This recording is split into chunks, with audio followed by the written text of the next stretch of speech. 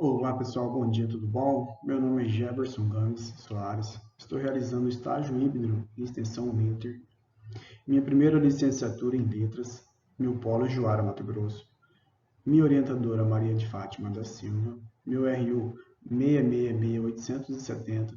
O meu tema é Diferentes Contextos, a chegada da língua portuguesa ao Brasil. No primeiro tema a gente vimos sobre a, a origem do português. No segundo, nós vimos o primeiro poema em português. E agora, a chegada da língua portuguesa ao Brasil.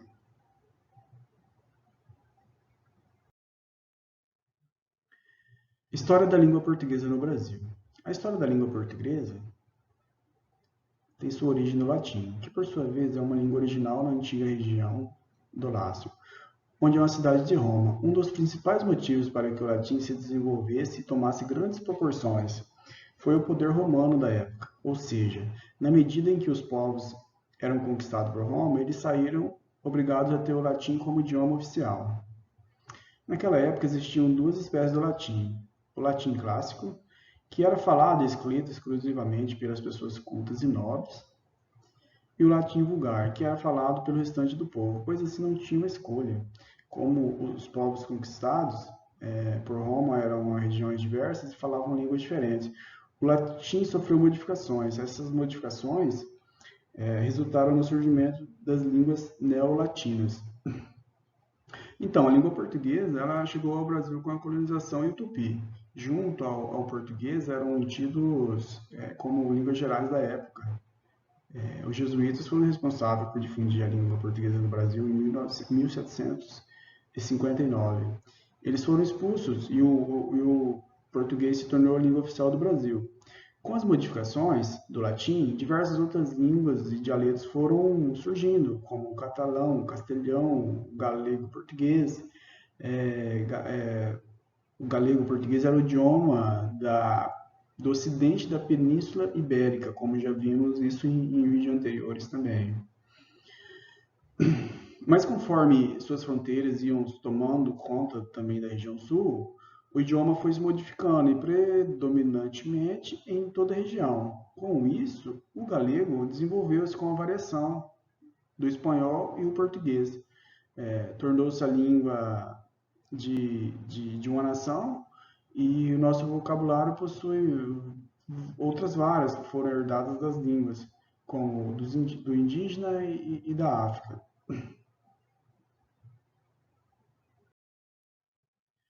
Português, língua oficial e nacional do Brasil.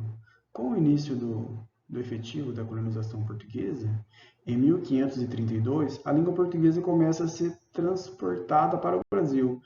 Aqui, ela entra em relação a um novo espaço-tempo, com novos povos que falavam outras línguas. As línguas indígenas acabam por se tornar-se, nessa nova geografia, a língua oficial e nacional do Brasil. Podemos estabelecer para a história 4 períodos distintos, que se considerados como elemento definidor do modo em relação à língua portuguesa e as demais línguas praticadas no Brasil desde 1532. Onde o primeiro momento começa com o início da colonização, que vai até a saída dos holandeses do Brasil, por volta de 1654. O segundo período é com a saída dos holandeses do Brasil e vai até a chegada da família real portuguesa no Rio de Janeiro, que em 1808 e a coroa portuguesa se instala no Rio de Janeiro. Até então, é por isso que o Rio de Janeiro tem esse sotaque, ele usa muito o S, que é dessa época de 1808 que a coroa portuguesa ficou instalada no Rio de Janeiro e foi herdado dos portugueses. O terceiro momento do português no Brasil começa com a vinda da família real em 1808, com a consequência da guerra com a França, e termina com a independência, que poderíamos utilizar com a data final desse período. Em 1826, pois é esse ano que formula as questões da língua nacional do Brasil do Parlamento Brasileiro. O quarto período começa em 1826. Nesse ano, o deputado José Clemente propôs que os diplomas dos médicos já fossem redigidos na linguagem brasileira. Em 1827, houve um grande número de discussões sobre o fato de professores que deveriam assinar e ler e escrever utilizando a gramática nacional da língua brasileira, ou seja, questões da língua portuguesa no Brasil, que já eram a língua oficial do Estado, e se põe agora como uma forma de transformação da língua, de colonizar a língua da nação brasileira. Temos aí constituído a sobreposição da língua oficial e da língua nacional.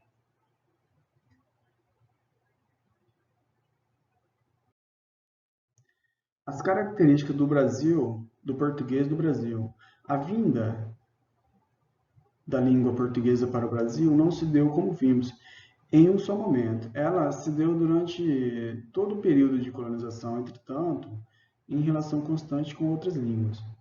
Por outro lado, o povoamento do Brasil se fez com a vinda de portugueses de todas as regiões de Portugal. Desse modo, sua vinda para o Brasil traz para esse novo espaço as diversas variedades do português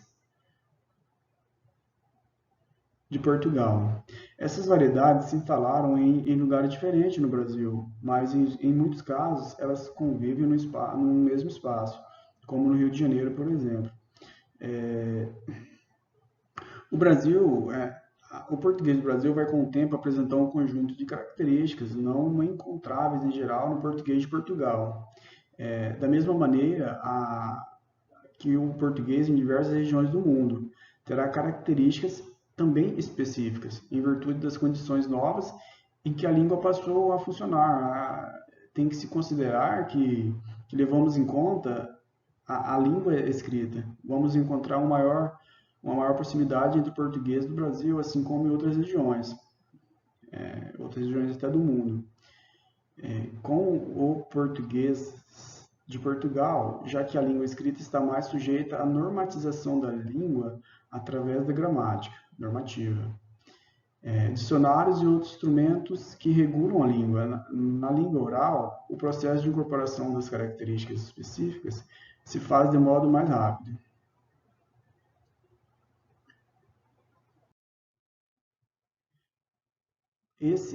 Essa é a Carta de Pero Vaz de Caminha. Esse é o primeiro documento que chegou ao Brasil em sua escrita portuguesa. A primeira composição física, a primeira vista do território brasileiro.